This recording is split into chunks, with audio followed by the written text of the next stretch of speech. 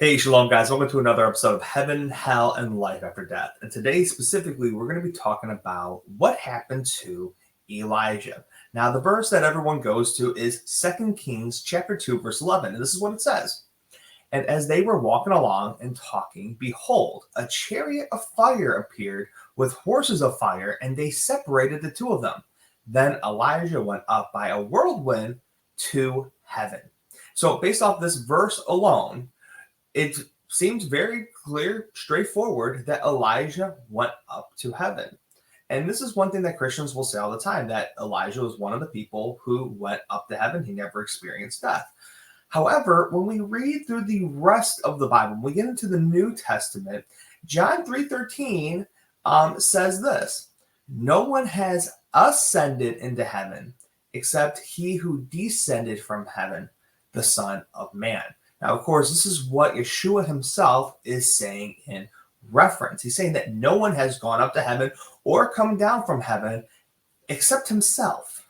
So the question we need to ask ourselves is, how can Elijah be sent to heaven when it says no one has ascended into heaven? Seems like a Bible contradiction, but today we're going to take a deeper dive looking at 2 Kings. We're going to put the entire Bible into context and see what happened actually to Elijah.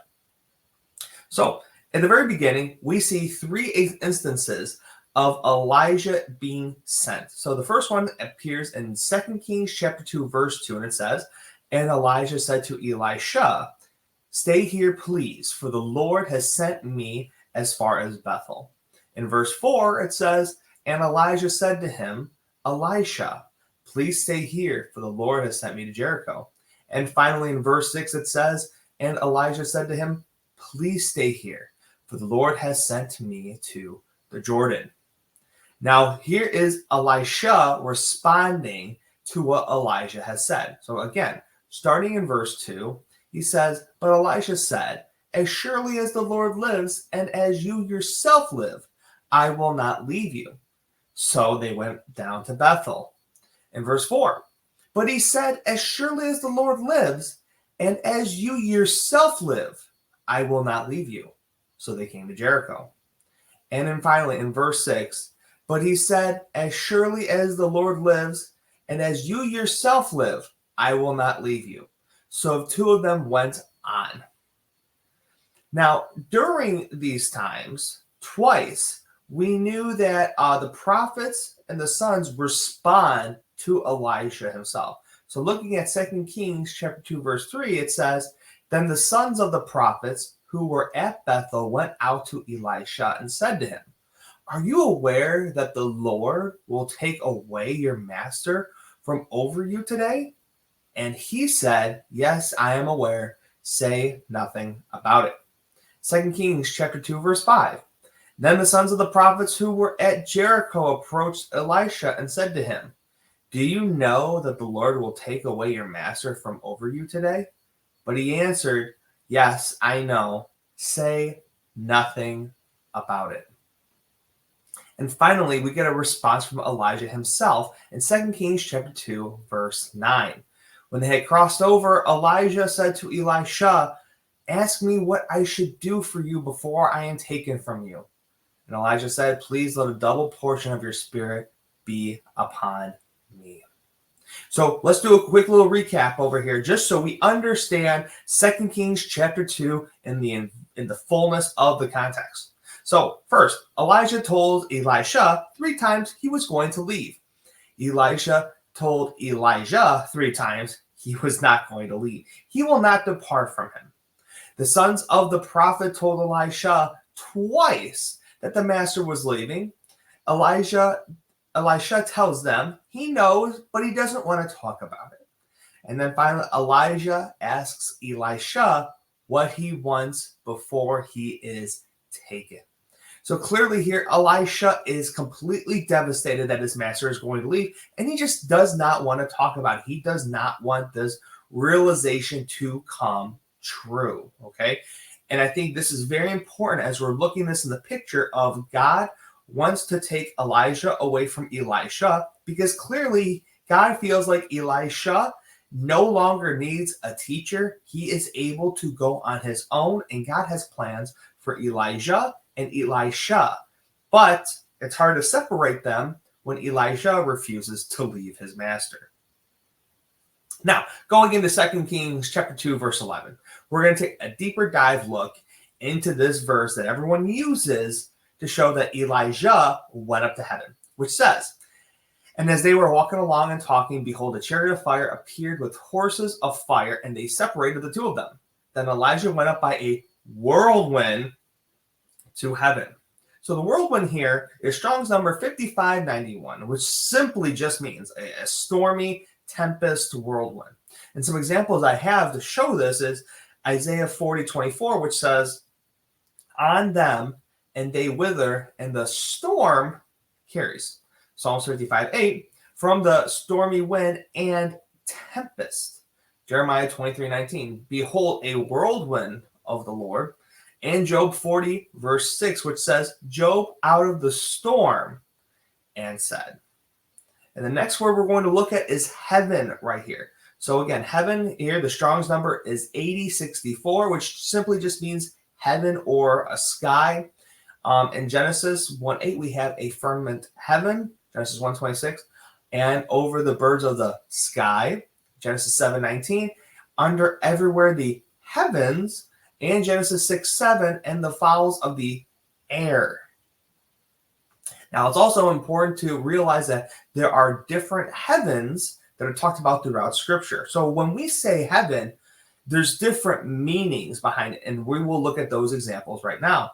So first one is 2 Chronicles chapter 2, verse 6, which says, "But who was able to build a house for him, since the heavens are the highest heavens, cannot contain him?"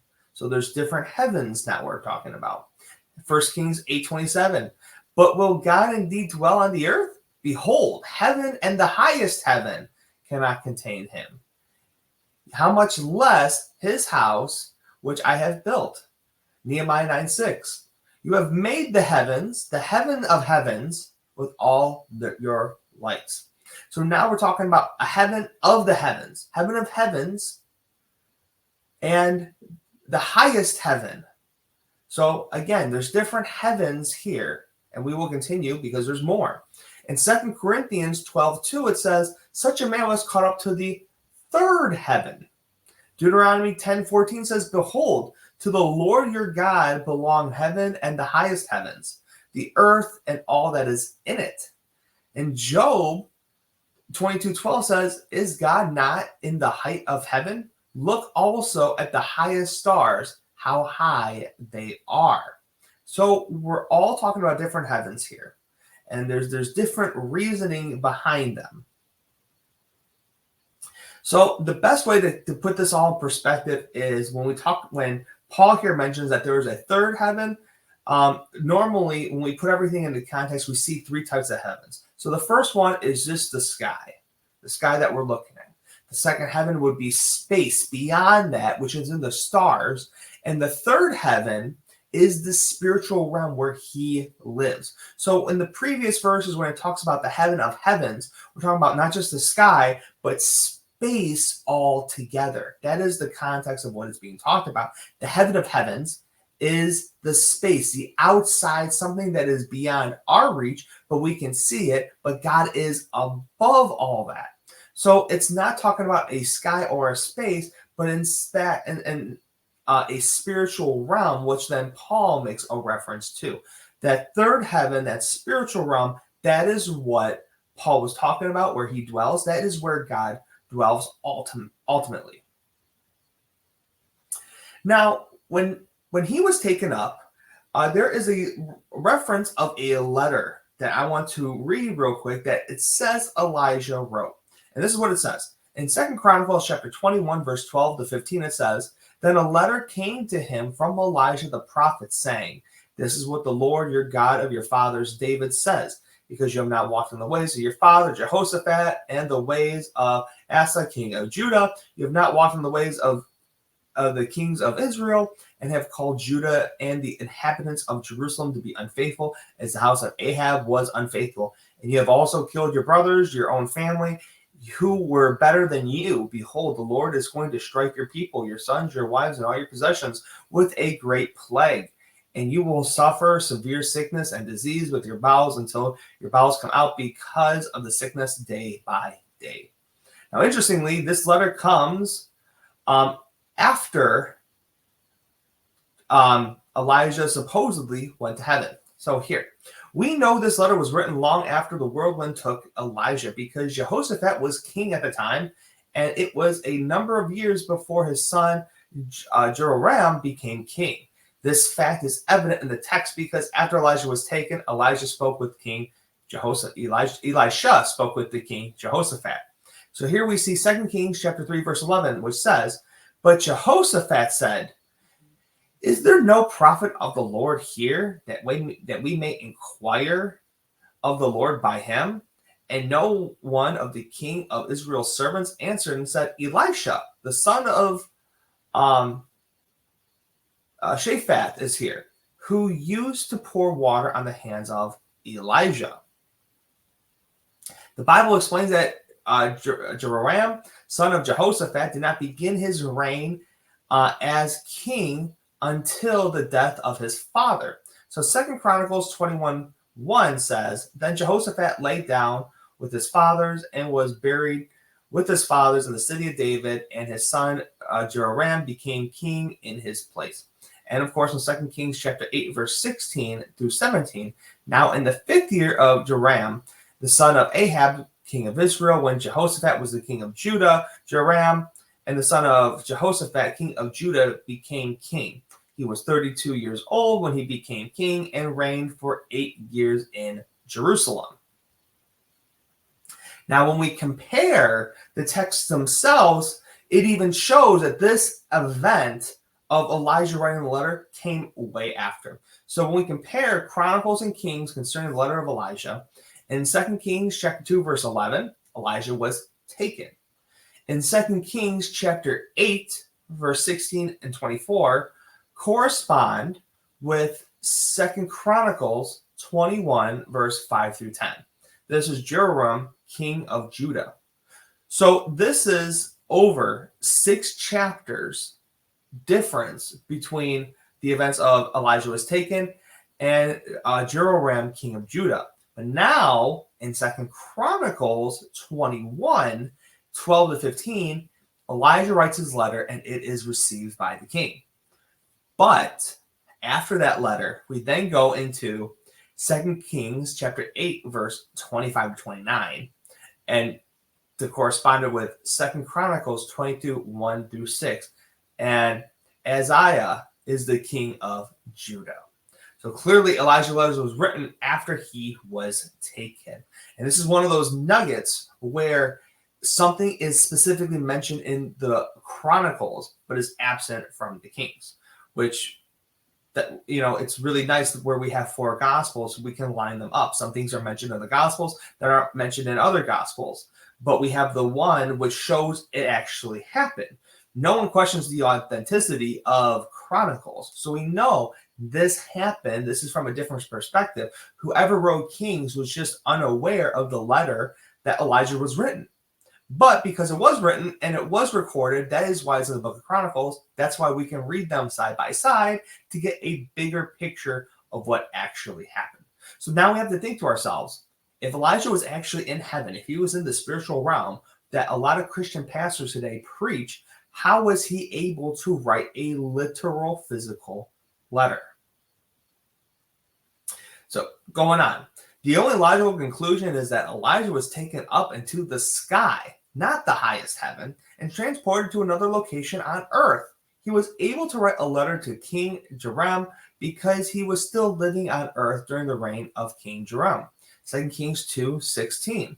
Then they said to him, "Behold, now there are with your servants 50 strong men. Please let them go watch and search for your master, in case the Spirit of the Lord has taken him up and cast him on some mountain or into some valley."